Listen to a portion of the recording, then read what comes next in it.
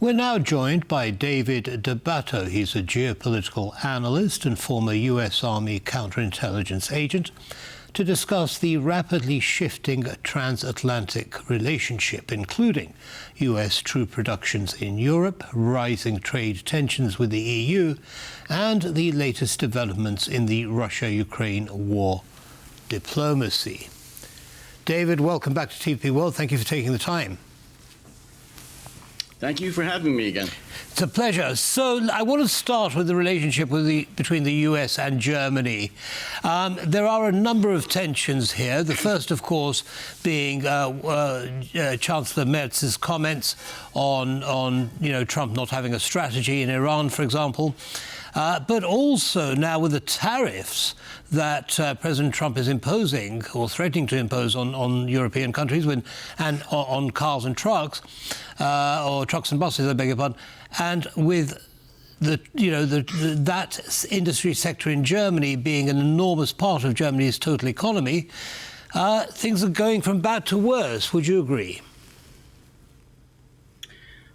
Yes, I would, but I think it's something that's overdue. What I mean is I think that the EU, Europe in general, not just Germany under Merz, hasn't responded forcefully enough to all of the threats and actions that have been taken by the Trump administration towards Europe in general since he took office last January. And I think what Merz said was overdue, as I said. So whether it made the relations worse, I don't think they were going to be getting better in the short term anyway. So I actually welcomed his comments.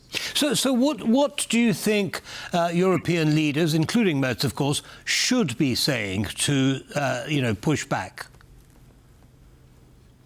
Well, I think they need to stand up. I mean, for too long, in fact, still many European leaders are accepting all of the insults, all of the rhetoric and threats and some actions that are being taken against their countries, not just Europe. Individual nations have been called out. I think they need to stand up individually, but more important, collectively, as the EU, as NATO, as a collective of very, very rich nations, let's be honest, very, very influential nations. They need to stand up and tell Donald Trump, President Trump, that they are not going to take his threats, that the United States needs Europe as much as Europe needs the United States. And I'm not just talking militarily, I'm talking economically. They need to tell him publicly and, of course, behind the scenes through other channels that Trump needs to stop threatening them, and they need to be treated as an equal partner. I think until that's done, Trump's not going to stop.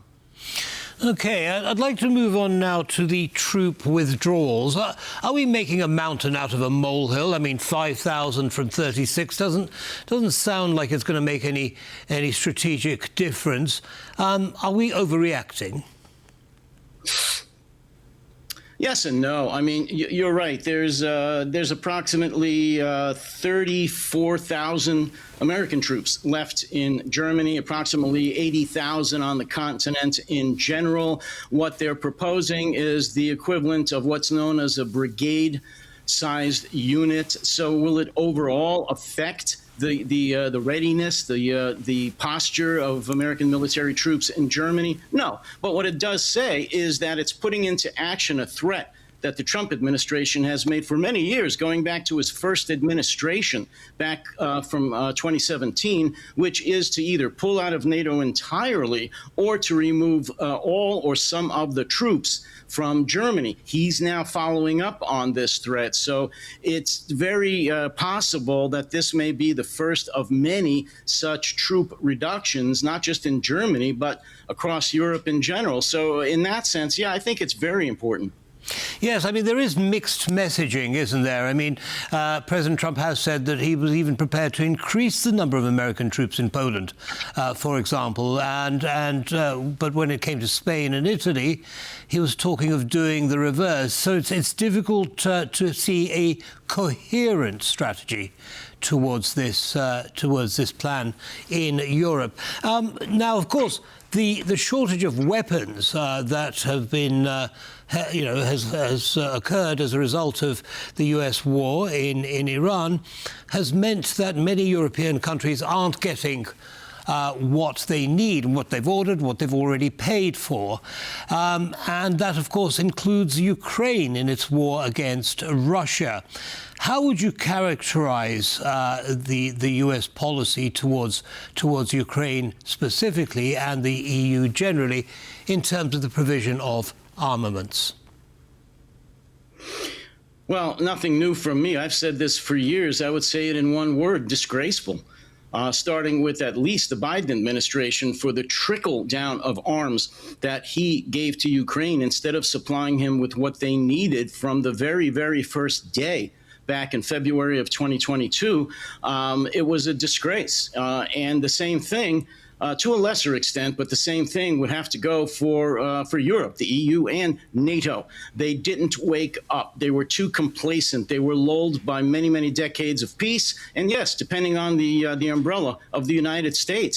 And so they, until very recently, to be honest, have not woken up and have not started to do what they need to do in terms of supplying Ukraine with the arms they need, with the financial support that they need, in retooling their own defense industry, starting their own factories up from peacetime factories into wartime factories. They're still way, way, way behind the ball on that. So the United States and Europe were disgraceful in their support of Ukraine. I think Ukraine is a model of what a democracy can do when their leaders step up, take a stand, and their own people fight to save their democracy. And they are now essentially the leaders of Europe. They have the strongest army in Europe. Their technology and the developments are outstanding. They're offering their expertise in drone warfare, not just to Europe, but to the Middle East. So I could go on and on. But the answer is, to your question, it was disgraceful what America has and Europe has done in support of Ukraine. America right now is not supporting Ukraine at all. They're getting zero from us, which is very, very sad. Indeed. Now, staying with Ukraine for a second, President Trump has always said, since he was inaugurated this time around, that he'd be able to bring this conflict, this war, to an end within a week. Clearly, that hasn't happened. Has President Trump actually lost interest in finding some peaceful resolution to this? He never had a desire for a peaceful resolution in this. He gets distracted and bored very, very easily. As you know, he's a favorite. He loves Mexican food, especially tacos. And so he's known to pull out and stop any agenda, any efforts or any actions that he's taken. But look, let's be very, very clear. He never wanted Ukraine to win. He has always and still continues to side with the Kremlin when it comes to Russian-Ukraine relations. I find that disgraceful. It's mortifying to us that we're in the American military and intelligence agencies. So, no, he has no desire to see Ukraine come out on top with this. And I predict he's not going to supply Ukraine with much of anything in terms of financial, military, or intelligence support from here on out. David DeBatto, as always, thank you very much for laying out your analysis for our audience. Have a wonderful day. Thank you, sir. You too. Thank you. Thank you. Bye-bye. And that brings us to the end of this news bulletin, but don't go away. As always, there's lots more coming up. Goodbye.